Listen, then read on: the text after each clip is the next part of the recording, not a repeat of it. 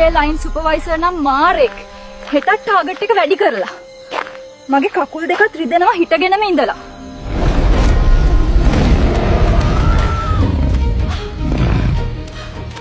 කොහොමත් පණිපංගලම යන කෙල්ල බය කරනවද සෝන් අයියේ? ඒ අතින් ඔයා නම් හරිම නරකයි. කටවහනු නර පරක්තිදී. දන්නවද මම කවද කියලා? මම මහ සොහොන් දේවතාවා. ඔව් මම දන්නවා.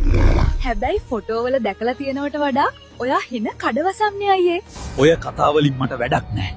මම ආවේ ඔයගේ පපුව පලා ලේබොන්. අයියෝ, ඔයත් ඉතින් අපේ ෆැක්ටරියේ ලයින් මැනේජර් වගේ. ඒකත් හැමදාම අපේ ලේබොනවා. ඒක නෙවෙයි. ඔයාගේ ඇස් දෙක නම් මරු. ඔයා මේ පාළු පාරේ තනියම යන්න බය නැද්ද? ඇරත් මම මහ සොහොන. මාව දැකලවත් බය වුණේ නැද්ද? අනේ මම බය අපේ සුපර්වයිසර්ට විතරයි. ඔයාට බය වෙන්න දෙයක් නැහනේ. ඔයා හරි ස්විට් වගේ.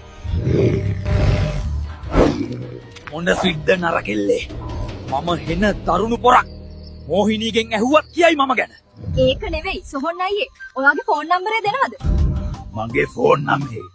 ඒක මොකටද? අපේ ෆැක්ටරියේ නයිට් ෂිෆ්ට් එකට සිකියුරිටි කෙනෙක් හොවනවා. ඔයා කොහොමත් වැඩ කරන්නේ රැටනේ. ඒ නිසා ඔයාට ඒ ජොබ් එක හරියනවා. ඉතින් නංගි මම සිකියුරිටි ආවොත් ඔයා මාත් එක්ක යාළු වෙනවද? යාළු වෙන්න පිස්සුද?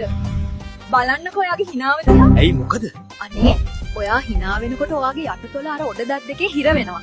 හරියට ඕවර්ලොක් මැෂින් එකට රෙදි කෑල්ලක් අහු වුණා වගේ. හරි. හෙට උදේ 8ට ෆැක්ටරිය ගාවට එන්න මම ඇප්ලිකේෂන් එක අරන් දෙන්න. යකෙක්ට ජොබ් එකක් දීලා පිනක්වත් කරගන්න බැරිය. ඒක හැබැයි ඔහොම නෙවෙයි, වෙස්මාරු කරගෙන එන්න වෙයි. මට පොඩ්ඩක් ලස්සන කෙනෙක් වෙලා පෙන්වන්නකෝ. අම්මෝ, මෙයාගේ ලස්සන හරිම කඩවසම්. එහෙනම් හෙට මාත් එක්කම ජොබ් එකට යන්න පුළුවන් නේ. දැන් යමු අපේ ගෙදර.